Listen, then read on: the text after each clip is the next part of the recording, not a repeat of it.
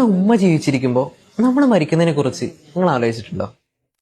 കാര്യം അല്പം selfish mind ഒക്കെ ആണെങ്കിലും ആരും കൂട്ടിനില്ലാതെ ഖബറിൽ ഒറ്റക്ക് കിടക്കുമ്പോ പടച്ചോനെ എന്റെ കുട്ടിയെ കാക്കണേന്ന് ഒരു ഉമ്മ കൽബ് പിടഞ്ഞ് കരഞ്ഞ് പടച്ചോനോട് പറഞ്ഞാൽ പടച്ചോനെ തള്ളിക്കളയും തോന്നുന്നുണ്ടോ?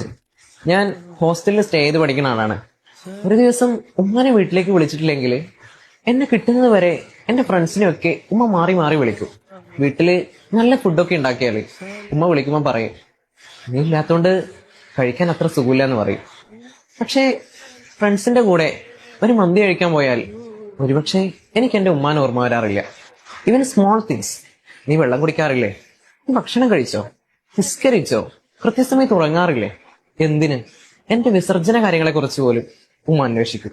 എനിക്ക് വയസ്സും പക്വതയൊക്കെ ആയി, ഞാൻ മെച്ചൂർഡ് ആണെന്ന് ഉമ്മാക്ക് ബോധ്യമില്ലാത്തോണ്ടൊന്നുമല്ല. അതൊരു സ്നേഹമാണ്, കരുതലാണ്. ആ ഒരു പ്രസൻസ് നഷ്ടപ്പെട്ടാണ്ടല്ലോ ഉമ്മാന്ന് നീട്ടി വിളിക്കുമ്പോ മറുതലക്കൽ റിപ്ലൈ തരാൻ ആരും ഇല്ലാത്തൊരവസ്ഥ ഉണ്ടല്ലോ. ഒരുപക്ഷെ ആ ഒരു ഗ്യാപ്പ് ഫില്ല് ചെയ്യാൻ ലോകത്ത് മറ്റാരെ കൊണ്ടും സാധിച്ചോളുന്നില്ല.